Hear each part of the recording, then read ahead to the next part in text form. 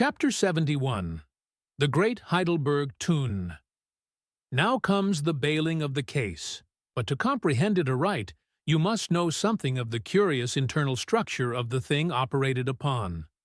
Regarding the sperm whale's head as a solid oblong, you may, on an inclined plane, sideways divide it into two quoins, whereof the lower is the bony structure, forming the cranium and jaws, and the upper an unctuous mass wholly free from bones, its broad forward end forming the expanded vertical apparent forehead of the whale. At the middle of the forehead, horizontally subdivide this upper quoin, and then you have two almost equal parts, which before were naturally divided by an internal wall of a thick tendinous substance.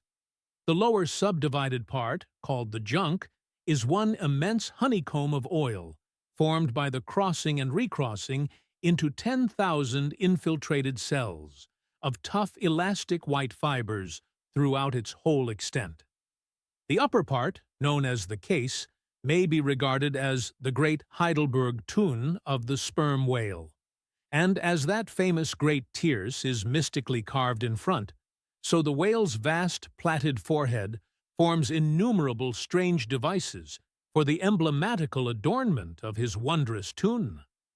Moreover, as that of Heidelberg was always replenished with the most excellent of the wines of the Rhenish valleys, so the tun of the whale contains by far the most precious of all his oily vintages, namely, the highly prized spermaceti, in its absolutely pure, limpid, and odoriferous state. Nor is this pre-seous substance found unalloyed in any other part of the creature. Though in life it remains perfectly fluid, yet, upon exposure to the air, after death, it soon begins to concrete, sending forth beautiful crystalline shoots, as when the first thin, delicate ice is just forming in water.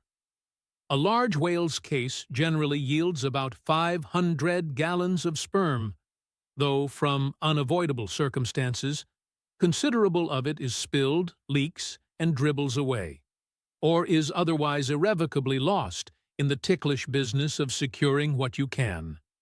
I know not with what fine and costly material the Heidelberg Tun was coated within, but in superlative richness that coating could not possibly have compared with the silken pearl-colored membrane, like the line of a fine pelisse, forming the inner surface of the sperm whale's case.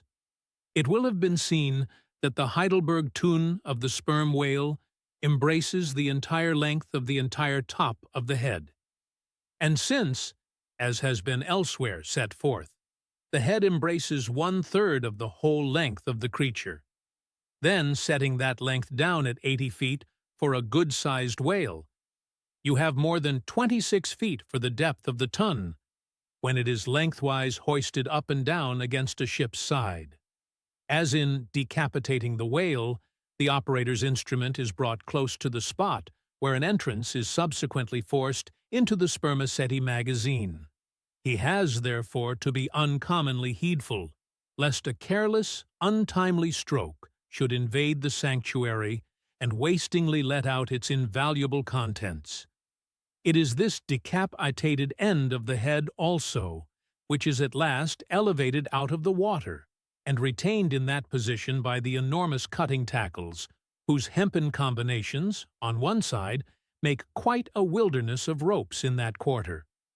Thus much being said, attend now, I pray you, to that marvelous and, in this particular instance, almost fatal operation whereby the sperm whale's Great Heidelburgh Tun is tapped.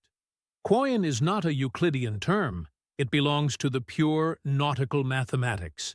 I know not that it has been defined before. A quoin is a solid which differs from a wedge in having its sharp end formed by the steep inclination of one side, instead of the mutual tapering of both sides.